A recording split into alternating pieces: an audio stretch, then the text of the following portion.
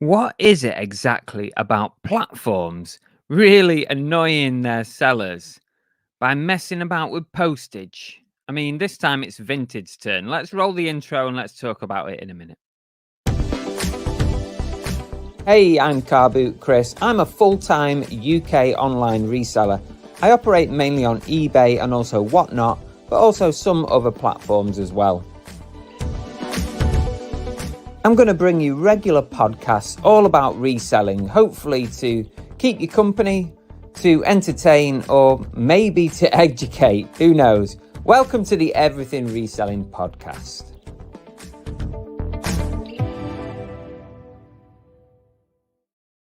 Hey, everybody, welcome back to another podcast. I'm Car Boot Chris, and I'm a full-time reseller. I predominantly use eBay, but I do tinker about with other platforms as well, including Whatnot and a few others. It's my full-time job. I'm also on YouTube, so you'll see videos on YouTube. If you didn't know and you're listening, you didn't know that I'm actually on YouTube, then yeah, I'm on YouTube as well. Just come and find me. We're called Cookie and the Haydens. Cookie is our dog. We are the Haydens, therefore, Cookie and the Haydens. So come and find us on YouTube. Today's podcast is actually episode 10 of series 3. Can you believe it? This is the 30th episode of the podcast so far. So if you are new, then there is another 29 episodes that you can watch, listen to, whatever, if you really want to.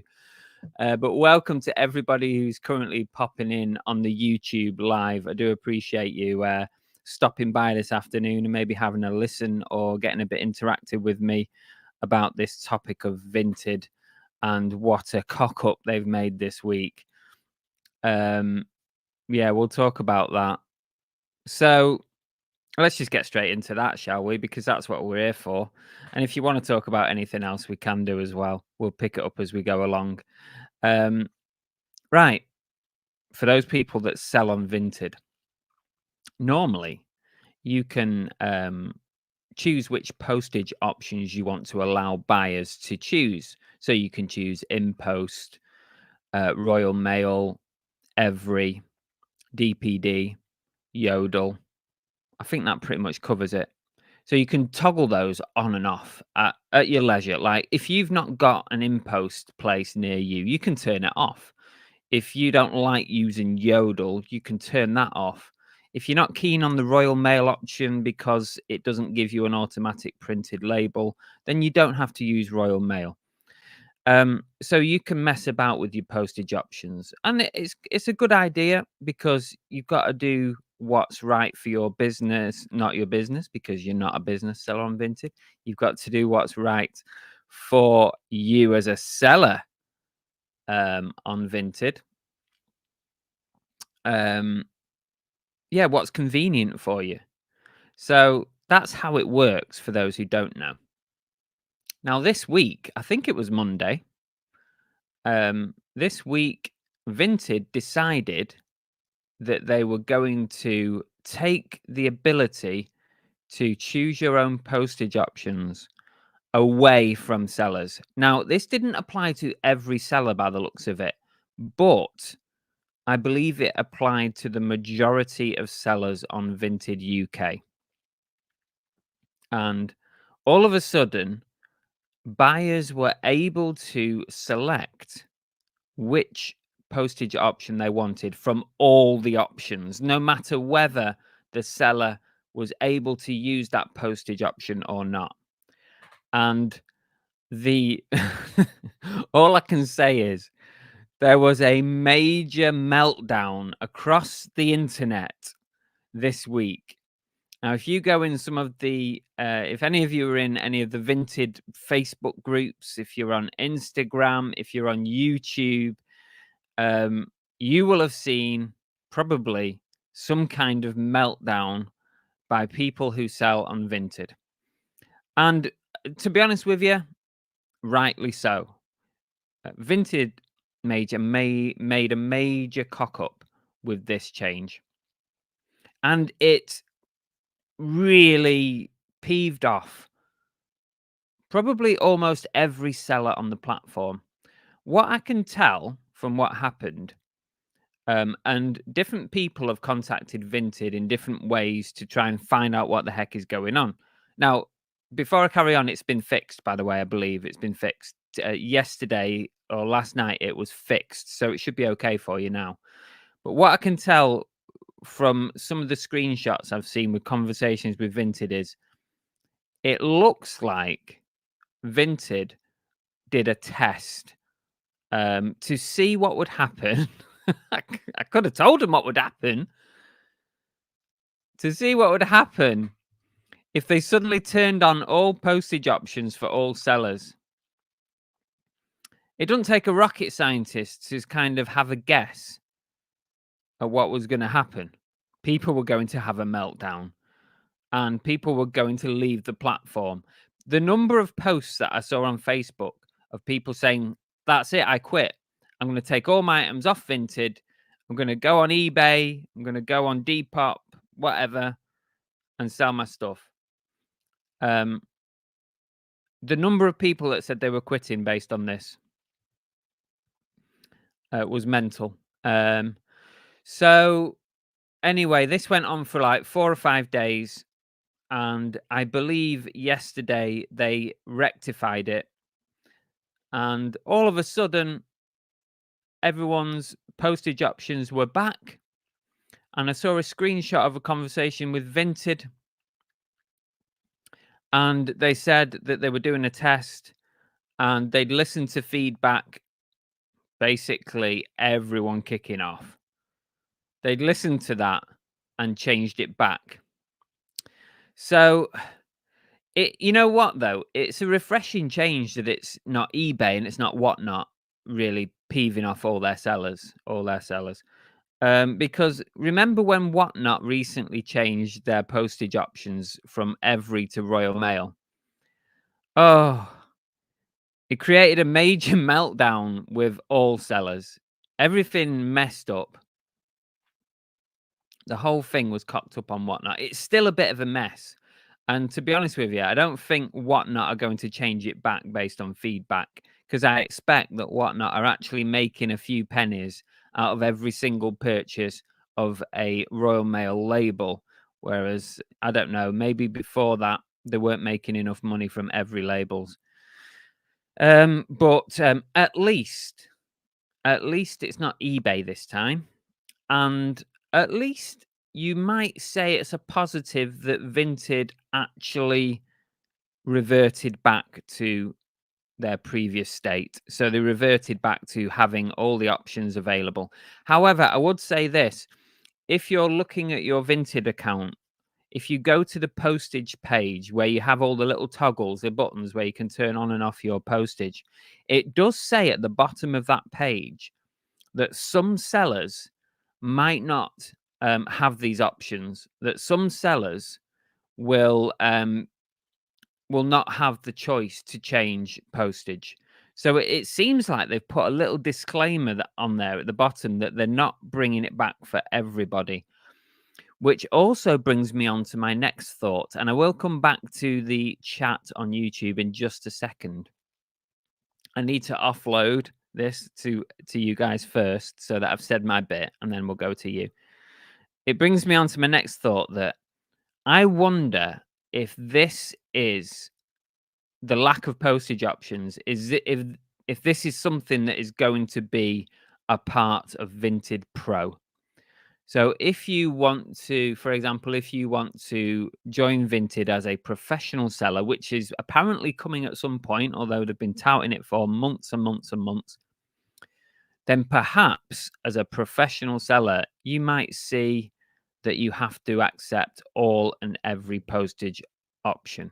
Not every, but all postage options. Perhaps that was what this test was about. What would happen when we turn that on? Will it increase traffic? Will it divert people? Will it improve sales conversions if postage options are different? I think that may be what it's about, but it's pure speculation. I haven't got the foggiest clue, just like any other algorithm, the YouTube, the eBay, the Depop, the Whatnot, all the algorithms that go on. I ain't got a clue. We're just speculating. But I guess it would make sense that maybe as a professional seller, Vinted's expectation would be that you are able to use all postage options. And if you think about it as well, that would actually be quite a good benefit of being a professional seller on Vinted, because that would differentiate you as a professional seller to a normal seller.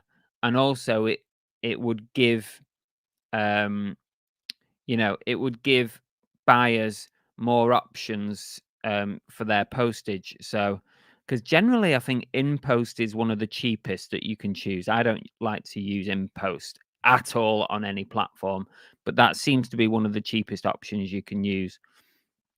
So, perhaps by having all those options turned on, it means that that's your expectation as a professional seller. That's just speculation. I don't know if that's actually fact. I don't know if that's what they're thinking. But I guess if that was true, it would make a little bit of sense that as a pro seller, you would have an expectation to have a slightly higher level of service to a customer. That's what I was looking for. That's the phrase I was looking for, a higher level of service, and that would definitely bring that. I'm just checking through the YouTube chat, guys. Get any questions in, any comments? Were you affected by this Vinted balls up this week? Did it affect you? And how did it affect you? Did you get a flurry of sales on Vinted that you then struggled to post because of the options that buyers had chose? There's a lot of confusion. One of the bad things about Vinted, and I stand by this, I've said it before, is that their customer service is probably one of the worst on any of the platforms that people sell on. eBay. I'll rule out Amazon on that because theirs is terrible. But eBay, Whatnot are generally very good actually at customer service. And what else? Depop, Etsy. I can't speak for Etsy.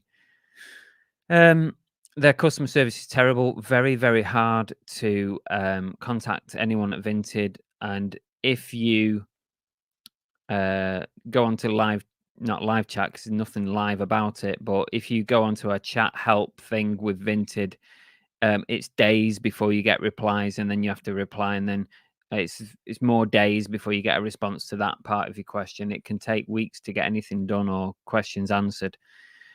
If they are going to eventually invite pro sellers onto their platform, they're going to have to be a bit more professional themselves. Let's face it. Vinted's a great platform, by the way. I'm not bashing on Vinted here. I enjoy buying from Vinted. But they need to get a bit more professional themselves if they're going to bring on professional sellers, because their customer service is very poor. Their returns process is very poor. I would expect if I was to come on the platform as a pro seller on Vinted, that I would have a much better way of contacting their customer service, like a concierge or a direct line or a special live chat that you can use, because at the moment it's really poor. Fluffy the Muffin on YouTube says, how to instantly kill your own platform. I know, exactly. And you know what? It kind of happened with Whatnot, a few months ago when they did that switch from Every to Royal Mail. It caused major confusion across the platform. People didn't know what they were doing with weights and measures, and people were having to pay more for postage. Sellers were having to top up postage costs. It's still a bit of a mess. It's still not easy to do your postage on Whatnot as a seller. The last show I did on Whatnot, I basically set a small parcel for everything. And I just said to everybody who was buying, I just put my hands up and I said, I've just set small parcel. If it's anything more than a small parcel and there's any additional costs, I'll just chew it up. I'll eat it and I'll pay for it. And that way, it kind of takes the pressure off a little bit when you're selling on Whatnot, is to just set a standard parcel like a small parcel, and just say to your buyers, you know, I will pay the additional as a gift from me. It's just easier that way. But it depends how you operate and whatnot. The thing with me is I operate multiple different sizes and weights of items in one show. So it's very difficult to like have a one size fits all. So I just end up choosing one. The last couple of times I've chose one size and I've said I will pay the extra. To be fair, the last show I did this week, I didn't even have to pay a single penny extra, because what happens is when people make multiple purchases, it ends up covering the cost of the postage anyway. So it wasn't such a bad thing. Anyway, I'm waffling on here. I've moved on. Chris Tyler said, when did they take options off? This morning I heard something on the BBC News at 6 a.m. this morning. First I've heard of it. Yeah, they took it off on Monday, Chris. Monday just gone, I think, it disappeared. It didn't happen for everybody, by the way, but it happened for what seemed like the majority of sellers on Vinted. And then after what appears to be some quite strong feedback from the community, they appear to have put it on for the majority of people again yesterday or last night. It may have been this morning. It's within the last 24 hours. Welcome to everybody in the chat. Lots of people in. Thanks for joining me here on YouTube. If you are listening on one of the audio platforms, feel free to hit that download button. It don't cost you nothing, and it helps me a lot as far as the podcast go. Very much appreciated. Chris Tyler also says, I only send via Royal Mail. I put that in the description. Please choose Royal Mail standard second class at checkout. Yeah, fair enough, Chris. I have I don't sell a lot on Vinted at all, but I just use Every and DPD. And occasionally, if somebody asks for Royal Mail, I'll change it for them. But I don't hardly have anything on Vinted. But yeah, it annoyed a lot of people. Dan says, I still can't use Vinted. My address is stuck on America, but my partner has managed to sort hers out. Vinted aren't bothered when I contact them. This is it, Dan. The customer service with Vinted is really, really poor. They don't seem to resolve anything. They kind of hope that you're going to resolve it yourself, like, basically. Just have a sip of me brew because my mouth is drying up. This is what happens when you do podcasts on your own. Your mouth just dries up.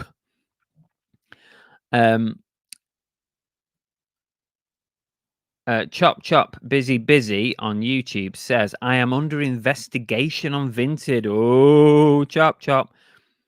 I broke some rule, which I don't know what that is. So all my Vinted stock is in the car for tomorrow's car boot. Oh, Chop Chop.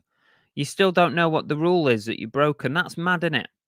You know what? eBay do that, don't they? eBay sometimes like send you an email, or I've even heard of people having their eBay accounts like completely shut down without a proper answer as to why.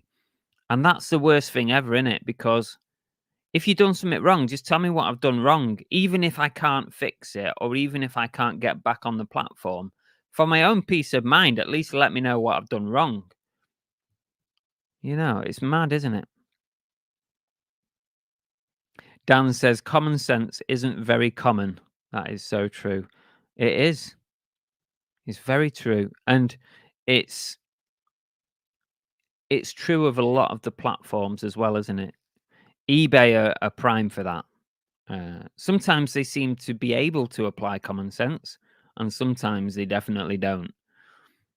I've had direct experience of that many times, and quite recently, I did a video about, what was it now? Forgotten now what it was. The common sense thing.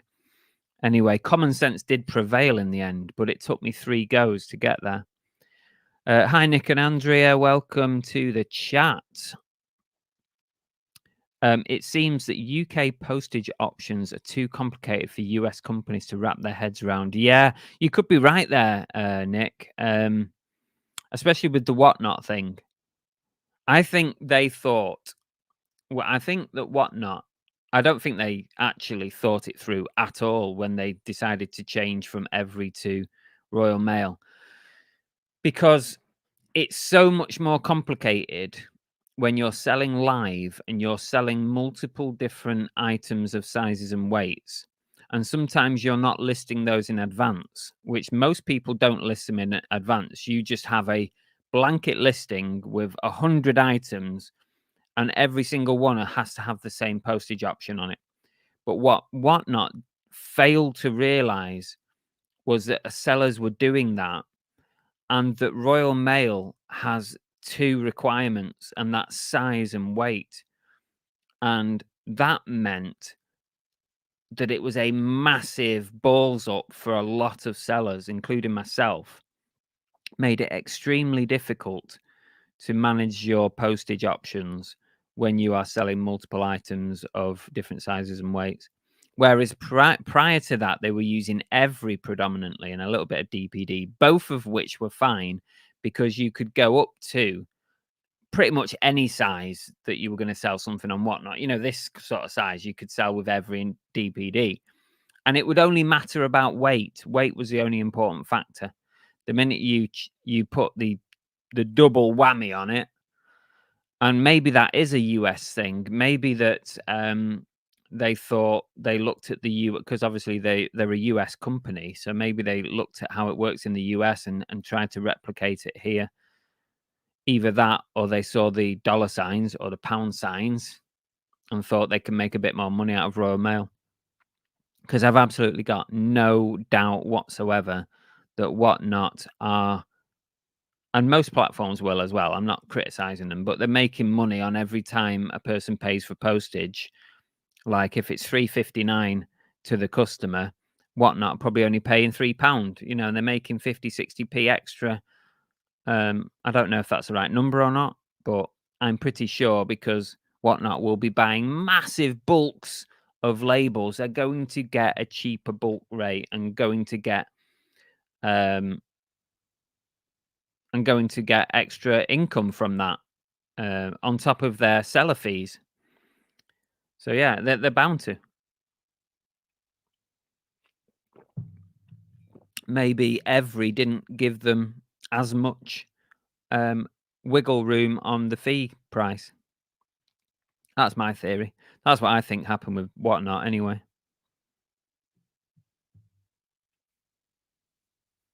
Justin has got a question. Welcome, Justin.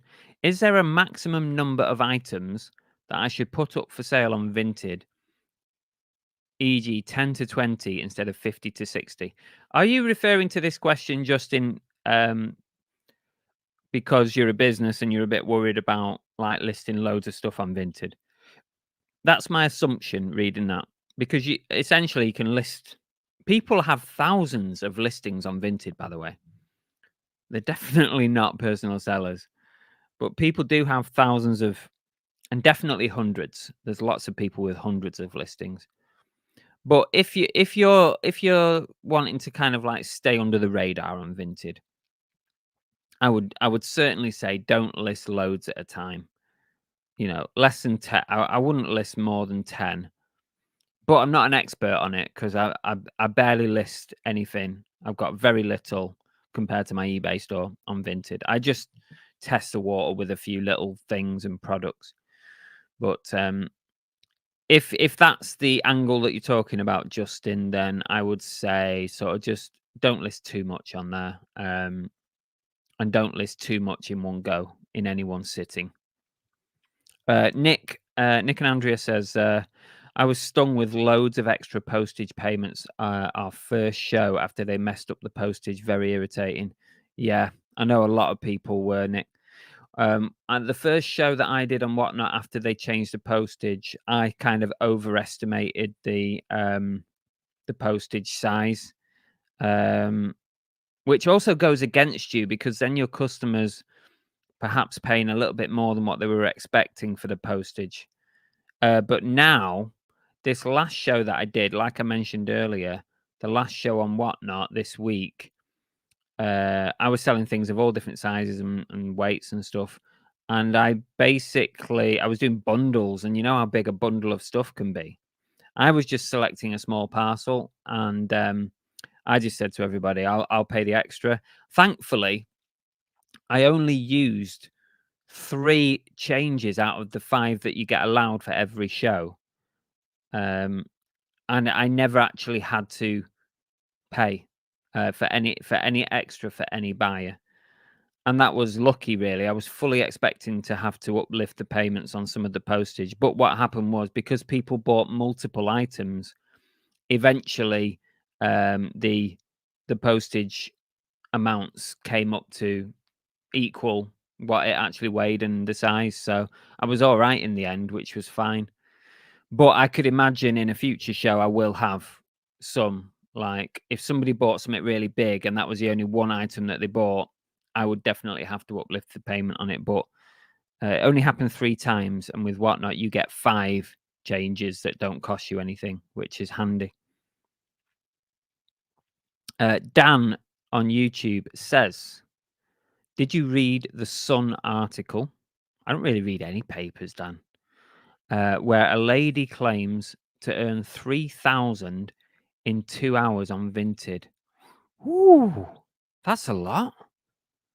3K in 2 hours? Bloody hell. Selling what? And how is she managing to still actually be on the platform? It does make you wonder, you know.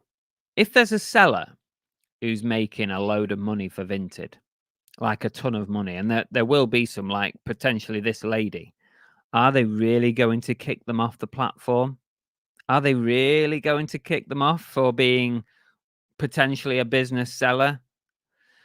I don't know. I'm skeptical about that, because if they were to see that somebody had sold £3,000 worth in 2 hours, would they be more likely to think, "Ooh, this seller's making us a lot of money. Let's just turn a blind eye to this one"? But it's interesting. I'm not sure I would have fancied that being plastered all over the news or the internet or whatever it was. A lot of the Sun articles are just internet based, aren't they, as we know? Chop chop busy busy. Let's go back to the previous thing about being in the doghouse.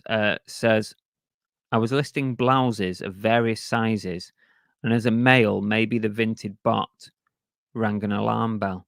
Yeah, but it shouldn't do though, should it? Because you could be selling for your wife or your family member, your kids. I mean, there's loads of. I mean, I assume so, but the same would be said the other way around, wouldn't it? What if a woman was listing a load of men's clothing? I doubt that that's the case. I can't see that one. Yeah, it could be, couldn't it? But I would be really surprised if that was the case. Hopefully you'll get to the bottom of it, chop chop, because there's nothing worse than not knowing what you've done wrong, right?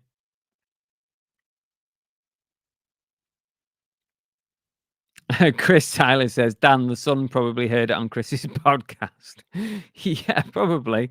They seem to be picking up all kinds of random news I say news articles in the lightest sense of the word. It's just lazy journalism, isn't it? When papers listen to a video on YouTube and turn it into an article, it's probably not even a person behind it. It's probably AI trawling the internet for videos and then picking out bloody news articles from it, or somebody finding a video, plugging the video into AI, who then transcribe it and pick out interesting parts of it. Because you can do that already by creating shorts. You can create shorts out of your videos, and AI will pick out the interesting bits for you. That already exists. You can get lots of apps that do that. So why not pick out interesting transcribe of an article? Create an article. Like, go onto an AI bot or whatever, type in a YouTube link and ask the AI to create a news story from this video's content. And I bet that is easily possible now. Dan says 70% off fees on eBay for the next 4 days. Is that, I assume that's, is that personal sellers, Dan? I bet it's not business sellers. I've not seen that one. I bet that's not come to me. I'm going to have a quick look now and see if I've seen anything. See if I've got anything in my email inbox now as we speak. No, nothing. Not a dicky bird. It's got to be personal sellers, hasn't it, Dan? Because business sellers do not get that kind of offer. It's scandalous. Leanne Hill says, I've just looked up that article. She's called Becky Cholton, and the 3K was on Whatnot.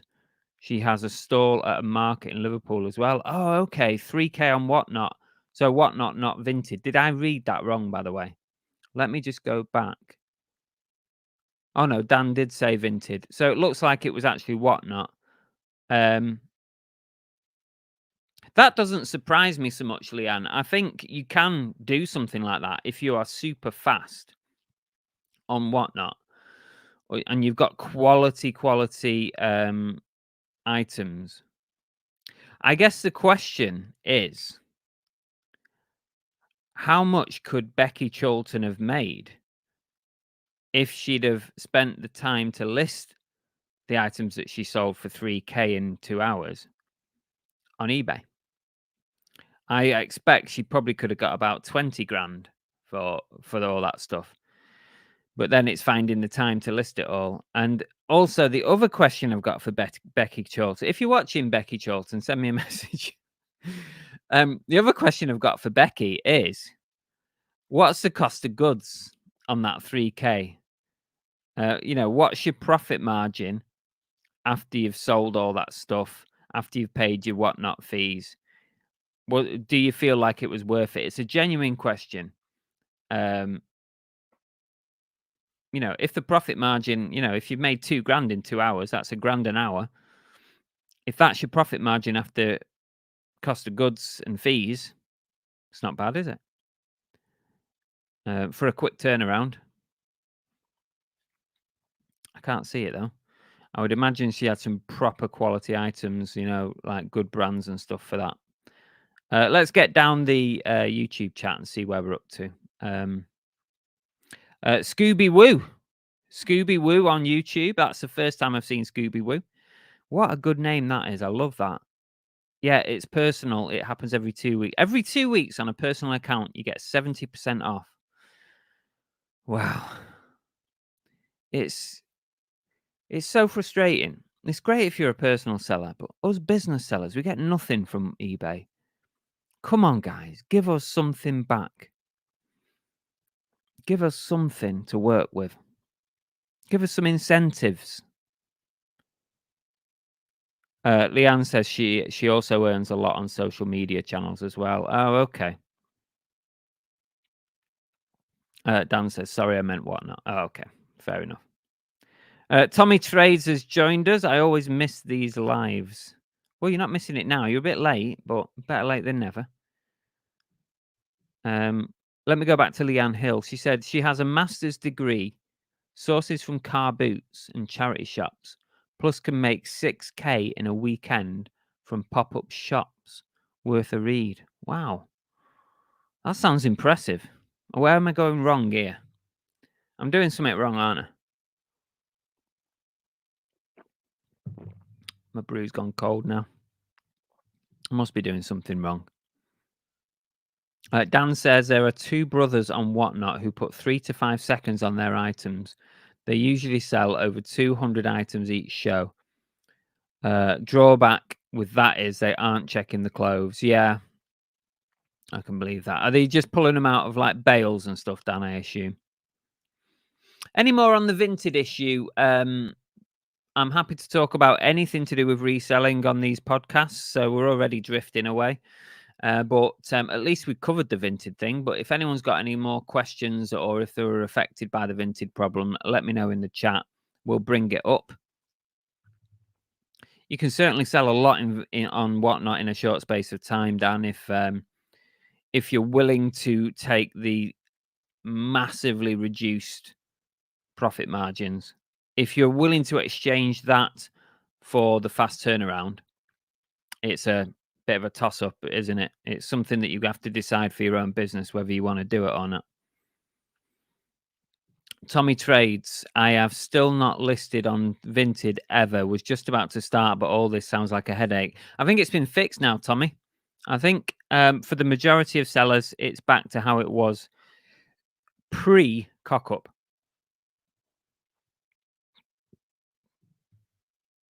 Always outnumbered, never outgunned.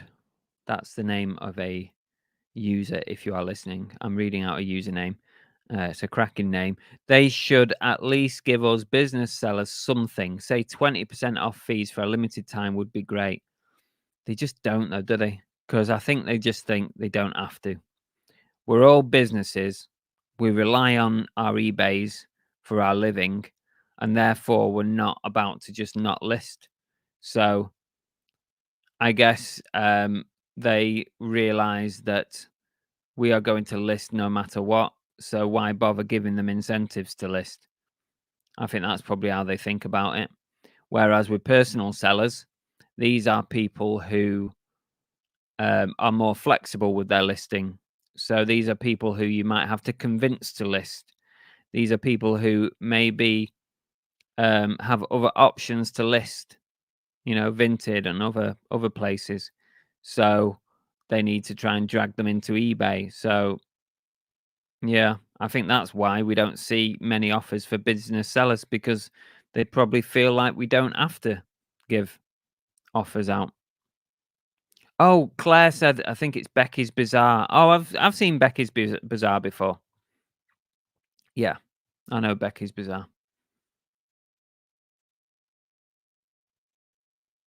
I expect that news article came from something she put out on social media. I don't reckon she probably did an interview with them or anything like they've done with me in the past. They've taken stuff off podcasts. They've taken stuff off videos and made them into articles. I bet that's what they've done.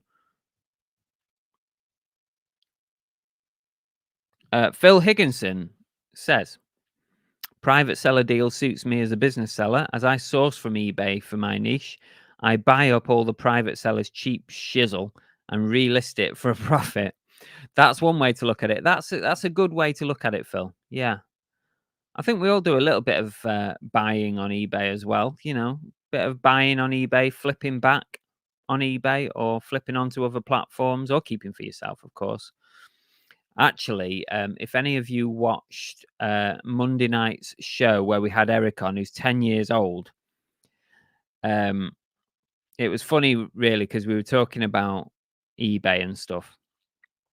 And he is now like fully converted to eBay, because we were driving him home on Tuesday, and he spent the entire 2-hour journey home looking on eBay. And one of the things he said to us, that he'd bought a Switch game. Like, I don't know where he bought it from, but he said, I can't believe it. I could have got my Switch game for £20 instead of 30 on eBay. So now, whenever he's looking for new games and stuff, and he's only 10 years old, he is fully converted to checking eBay first. Because he said to him, look, check eBay first. You might find a bargain. If you bid on something on eBay, I tried to sort of explain how bidding works, because he wasn't sure how an auction worked on eBay. So now he's thinking about that, and he's thinking about selling some of his stuff on eBay, or getting his mum and dad to sell some of his stuff on eBay for him, which I don't think they'll do, because I don't think they even want to sell their own stuff, let alone his stuff.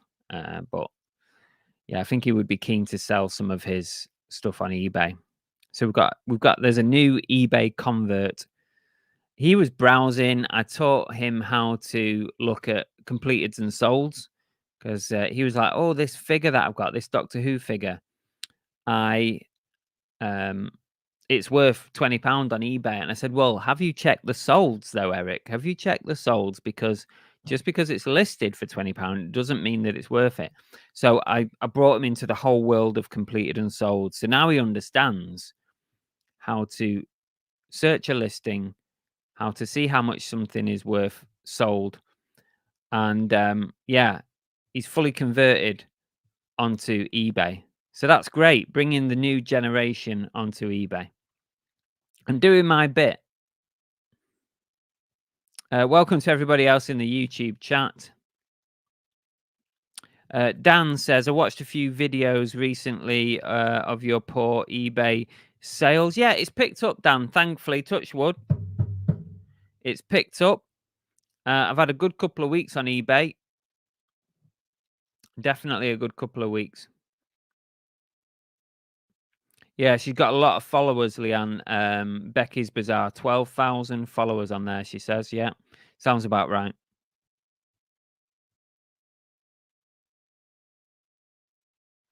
Tommy Trades, I'd love to see as a business seller, no fees for Q4. Oh, could you imagine? We'd go crazy, wouldn't we? We'd list so much stuff. I mean, we're going to list it anyway, but we'd double down. We'd get everything that we had on at that.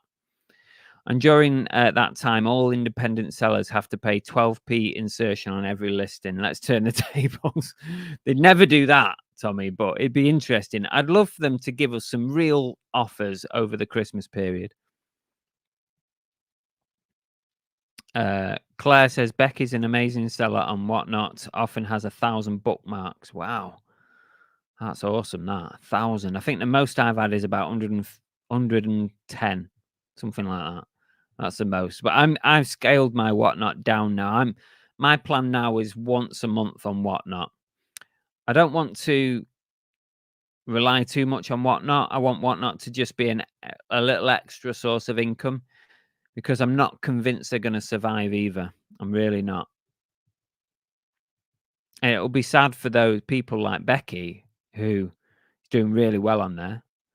But I do wonder what her profit margins are. It must be very slim.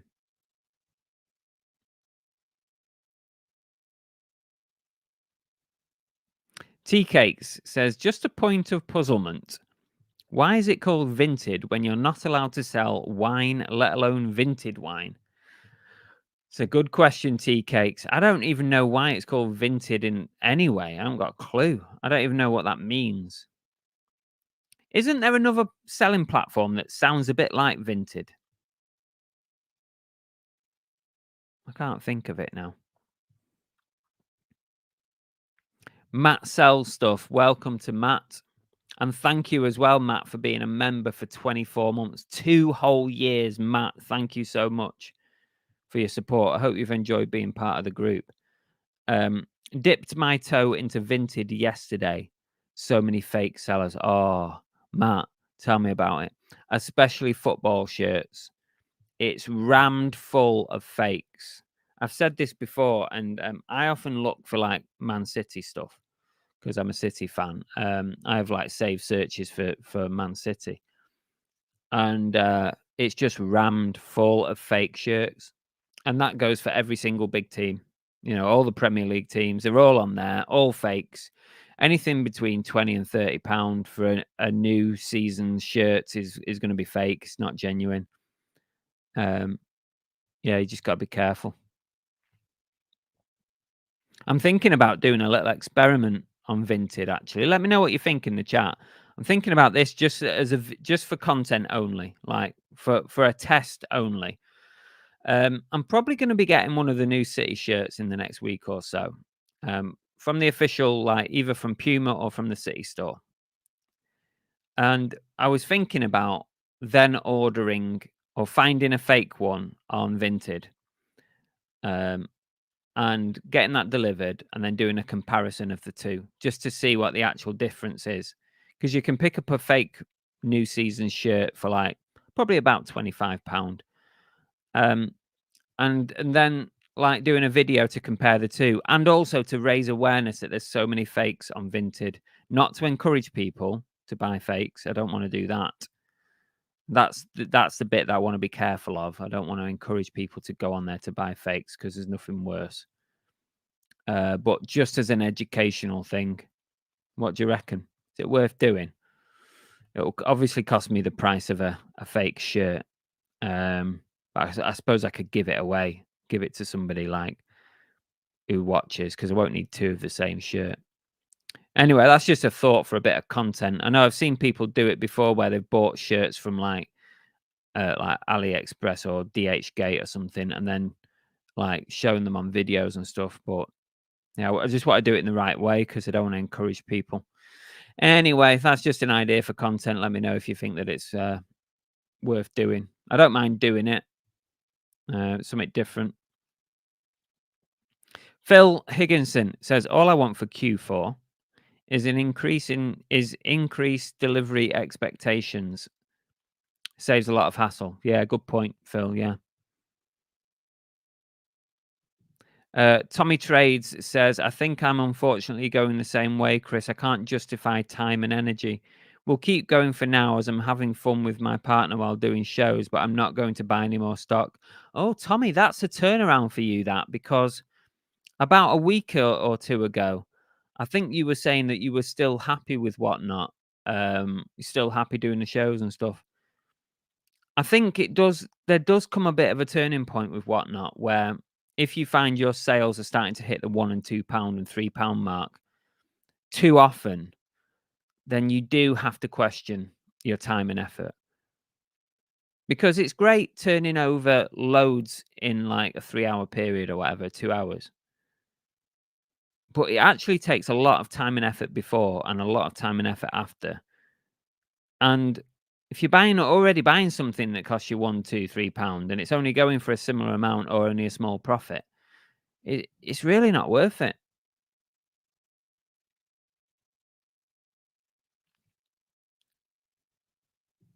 Tea Cakes, Vinted is the process of storing wine 5 years. 5 years. 5 years Vinted. Oh, okay. I knew Vinted had something to do with wine, but I didn't know. So why would Vinted call themselves Vinted as a selling platform? Not sure. It's weird, isn't it? Because it started off in France, didn't it? Is it something to do with France? Because they're into their wines, aren't they? They have a lot of vineyards and stuff. Don't know. Don't get it, me. Mind you, what about Whatnot? Where's that name come from? Scouse Dan's joined us on YouTube. Hi, Chris. Do you feel that there's a decline in viewers on Whatnot? I've been on the app for months, jumped on it the other day, watched a luxury picker show. They had 50 people watching. Yes, is my answer to that, Scouse Dan. I feel like that I've said this before. I feel like they're at a real crossroads at the moment, Whatnot. Because I do think sellers are starting to leave the platform. I'm not seeing very many new sellers on there. And also, I'm seeing a slight decline in the number of viewers. And the example you've given there, luxury pickers were constantly over 100 views all the time. I rarely saw a show where they didn't have 100. George Ross, retro reselling on Whatnot as well. He was always doing pretty well with views and sales, but he's now scaled back.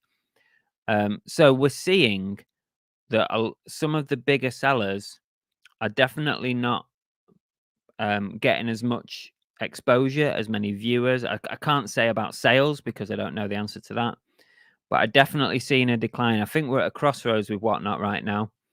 I think if they don't do something to try and bring in the buyers, that's the main thing. Forget about sellers for now. We need buyers on that platform.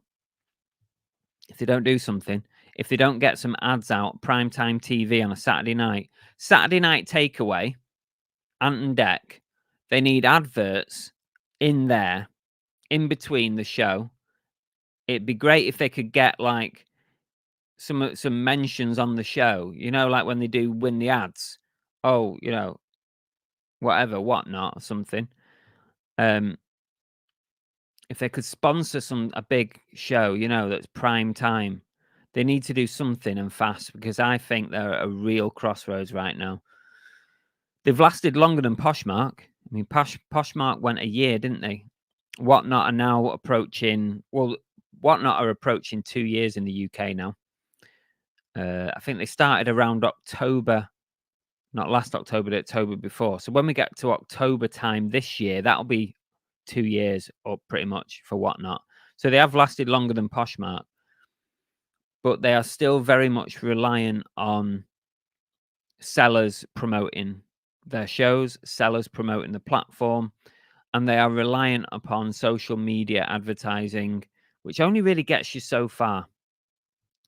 You just like most people, most average Joes out there has never heard of Whatnot, but most average Joes have heard of Vinted. I guarantee it.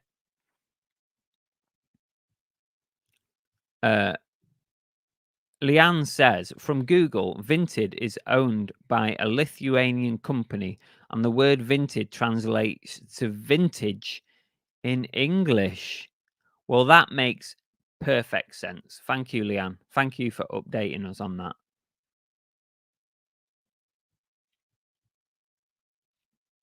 Leanne says, I'm always trying to find out what things mean. Thank goodness for Google. What did we do before Google was here? I was thinking about this the other day. Just randomly, like probably in the shower or something. I think some random thoughts when I'm having a shower. What the hell did we do before Vinted? We had to have a book. We had to actually ask our parents or a family member for an answer to something. Or if we didn't have the internet, we just didn't get the answer to things. We'd have to go into an encyclopedia, or I can't remember life without this kind of technology. Tommy Trades says, it hit me when I was wheeling a trolley full of Whatnot parcels that had made 73p on in total. Then with 3 eBay orders over £100, I'd rather just get more listed. Tommy, exactly that. Exactly. You do have to, at some point, prioritize. No matter how much you enjoy the platform, and it's a very enjoyable platform. It's cool. Don't get me wrong. It's cool. You do have to ask yourself, is it worth it? Is it worth my time? And how much could I genuinely have got for these items on other platforms if I'd have spent the time listing them? And I think more and more sellers are thinking that, Tommy, which is bad news for Whatnot going forward. And I hate using that phrase, going forward. I hate it. I've lost money loads of times, Dan. I don't mind so much, like, if I'm doing a show and I'm selling 100 items in a show, if I lose money on a couple, the chances are that that same buyer will buy something else, will buy multiple items, because I'd say 80 to 90% of buyers on your shows on Whatnot will buy more than one item. In fact, a lot will buy more than 3 items. So if you lose money on 1 or 2 here and there, it's fine, because you'll probably make it up on something else, or you hope to. Like lost leaders, if you like. And but most people do lose money on stuff. They have to. If you're selling something for £1, if you sell something for £1 on Whatnot, as a seller, you get 59p of that pound. That's because Whatnot have this 30p per transaction fee. That's the killer to most sellers. It would help us all a lot if they just banished that 30p. It's such a killer to us. You get 59p from £1 sale if something slips out for £1. So, if you've bought that item for £1 or 50p at a boot sale or at a charity shop, then you're losing money straight up on that sale. The only time you're making money on that is if you've got it for nothing. If you've dipped it out of a bin, or you've been donated it from family, you've been given it, or it owes you like pennies, like 5p out of a bundle or something. It's the only time, and it's even then, it's not worth making 50p on an item. It's not worth it at all. You are better off as a seller on Whatnot if you've got a few things. If you've got 5 things that you think like a pretty low value, they're only worth £1 each. You're much better off putting those 5 things into a bundle and selling it to your audience for £5, because you make way more money. I'm saying way more. I mean like a couple of pounds. But you do, percentage wise, you make a lot more on selling 5 £1 items to one seller for £5 than you do selling 5 individual £1 sales. And that's why I'd started doing some bundles lately, because I wanted to get the sale price up, even if it was multiple items, because then you avoid those multiple 30p's and your 11% that it costs you to sell and whatnot, is still 11%. But yeah, that's what you're better off doing, bundling things together for the same price. And you never know. Sometimes bundles are more attractive to a buyer than just the individual items.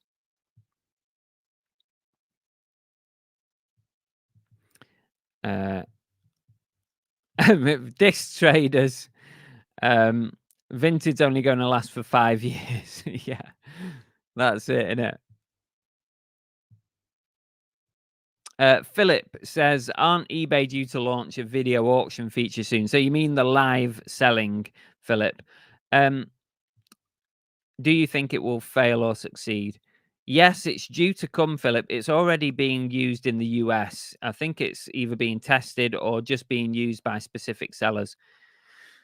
It's coming soon. We don't know when it's coming to the UK, but it's definitely coming. And do you think it will be a fail or success? I think it will be a resounding success. And here's why. I know for a fact that, like anything eBay do, they will put behind it every bit of advertising that they possibly can. Unlike Whatnot, like Whatnot are a much smaller company than eBay, much smaller. They are big in the US, but in the UK they're tiny. But eBay, I'm telling you now, I would fully expect them to put a massive advertising campaign behind live selling when it comes out in the UK and it's rolled out. I think you'll see stuff on TV. I think you'll see sponsorship deals on TV like they do with normal pre-loved. I think you'll see it succeed. Undoubtedly, it will succeed on eBay. I'm telling you now. And when it does come on eBay, if I'm able to, I'll get on it. I'll give it a try and see how it goes. I'll not say that I'll definitely do it. I'll not say that I'll definitely stick with it. But I think it'll be a very, very interesting addition. I think it will probably be the most interesting addition to eBay that we will have seen for several years. I think probably like when eBay introduced Best Offer a few years back, that was a real game changer for eBay. Having people being allowed to send you offers on items and you be able to send offers out, that was a massive game changer for eBay. This live selling will probably be the next biggest thing on eBay, I reckon. You heard it here first. Linlin's kind of eased off watching Whatnot a bit. I can appreciate that. I've eased off myself as well, like as a buyer. I went through a real period of buying a lot and watching a lot. Dan said Tilt's doing well from what I can see this month. Yeah, I did a couple of shows on Tilt, Dan. I didn't like it as much as Whatnot. Didn't like the platform as a seller. Much, much harder to manage as a seller on Tilt. Like, not as user-friendly, you know what I mean? Let's go through the chat, see if we can catch up a bit. Zebu on YouTube says, I love Tilt. Disc Traders. I was born a year after Google was released, so no need to think about that. Yeah, that's true. Yeah, you're only young, aren't you? I'm trying to think back now. So 90s we're talking, aren't we? Pre-eBay, pre-Google. What was life like? We had to actually have a phone. I can show you something here, actually. This is for people watching on YouTube. This is a new feature coming to the channel. Look at this. Does this bring back some memories?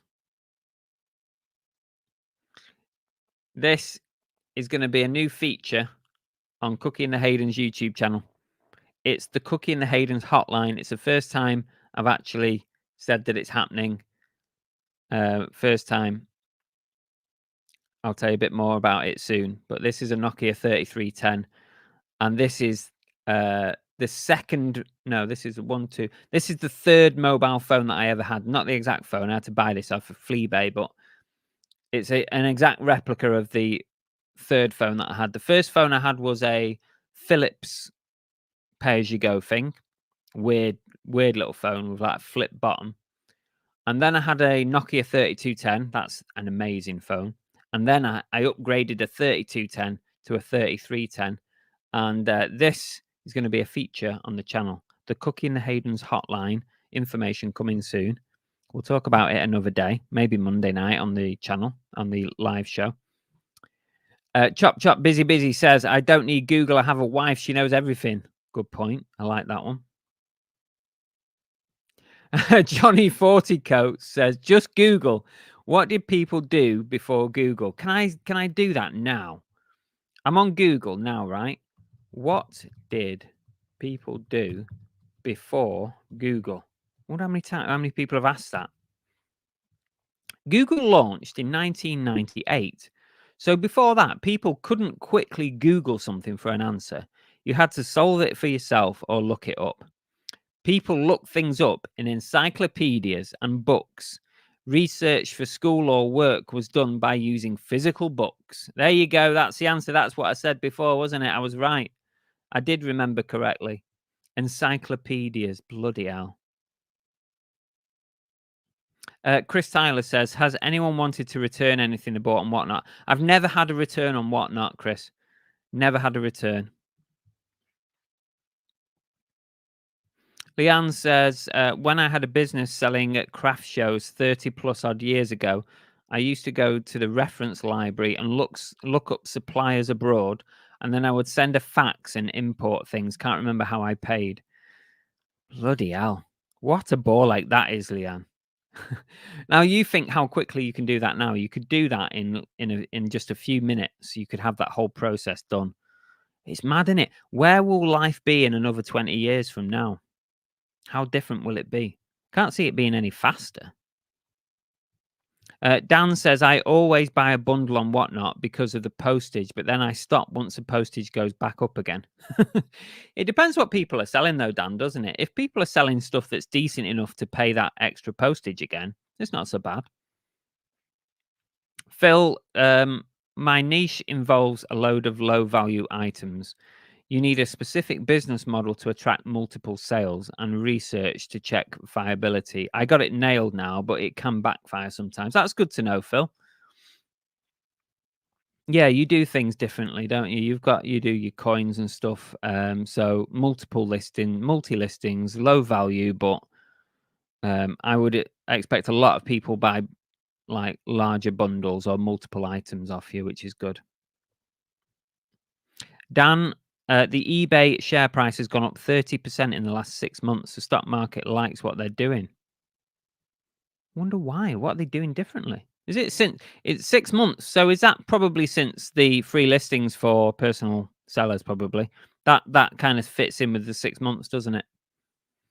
Nokia, yes, it's here, Chris. The Nokia 3310. It's here. It's working. It's up and running. I've already had one text message, but I haven't actually promoted it yet. Philip Lowe says, how many people try and win a givey on Whatnot first in order to take advantage of the free postage before they buy something? Maybe. Yeah, that's a thing. Tea cakes. I remember when you actually had to know something, and buying was so much easier when you had virtually no competition. I know. And without YouTube, tea cakes, no doubt. These YouTubers ruin everything. Judge Jules signed my Nokia in a nightclub. Sadly, I lost it, but worth a lot now on eBay. Judge Jules. That's awesome. Chris Tyler, my first mobile was a BT Cellnet. I think I had the same one, Chris, but I think mine was made by Philips. Did yours have, was it like black, flat, and it had a slidey bit at the bottom and a sticky up, stubby aerial at the top, like you said there? I'm sure mine was made by Philips. Leanne says we had search engines like Alta Vista and Yahoo. Who remembers also, along with that, Ask Jeeves? That was a good one. That was before, like, now you go on Google and you literally type in a question, you get the answer. But I think Ask Jeeves were the first ones to do that, because they kind of encouraged you to type your search in the form of a question, didn't they? I always remember Ask Jeeves being a bit of a game changer. TK says, my first mobile was a works phone attached to something similar to a car battery. Yeah, I remember seeing those ones. Mobile was a bit of a stretch, needed a wheelbarrow. Oh, nice. Anyway, I think we've come to the end of today's show. I hope you've enjoyed it. I'm going to talk about the Cookie and the Haydens hotline. This is it. Very soon. I might even put some out on social media or Instagram or YouTube or something over the next couple of days. Yeah, we'll think about it. I might talk about it soon.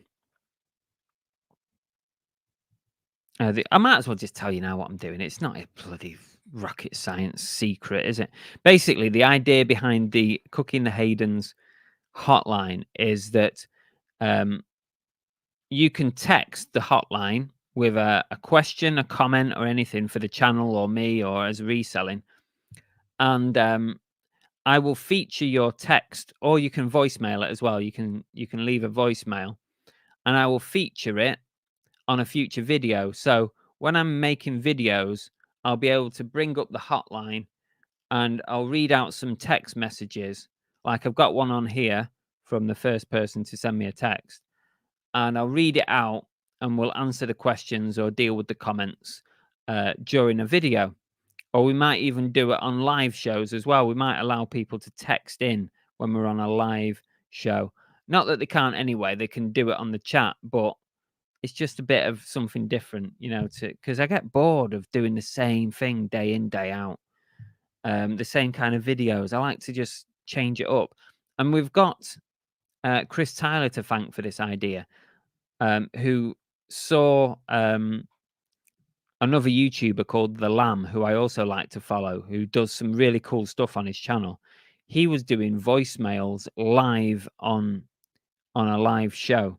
I wasn't able to go that far, but I thought, how about we have a hotline and we allow people to text me to feature their question or their comment in future videos. And I thought, wouldn't that be a cool little idea? So that's why I thought, let's get a burner phone. So now we've got our very own burner. And I just thought, wouldn't that be interesting if we can do that? Now, we might get nobody texting, but we might get the odd one. Thank you all again. Thanks so much for joining us on today's podcast. If you are listening back to this, then thank you so much for listening. Please hit the download button and feel free, if you want to watch one of these podcasts live, then feel free to come over to YouTube. All you've got to search for is Cookie and the Haydens. You can also type in Car Boot Chris on YouTube and it should bring up pretty much mostly my videos. And you can subscribe to me on YouTube and you'll see videos, live shows on a Monday night and all sorts of stuff. If you don't want to search for me on YouTube, there's a link in the description of the audio podcast. You can click that link and you can find my channel that way. So thank you so much for that. I hope you all have a good weekend. Leanne Hill's just going to have the last comment here. Leanne says, are you doing any other deals on the side with your burner? No, hopefully not. I hope you all have a good weekend.